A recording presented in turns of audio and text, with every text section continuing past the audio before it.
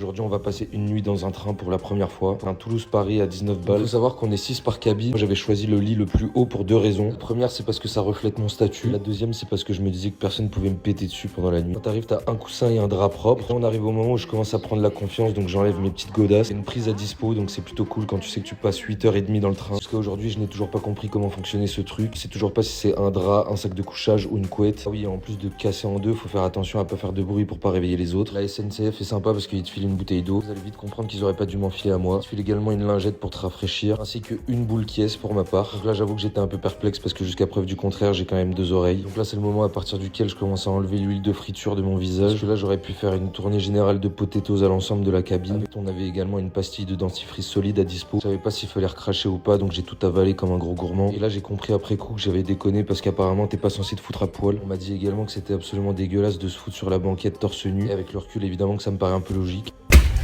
Oh merde. C'est moi? Désolé.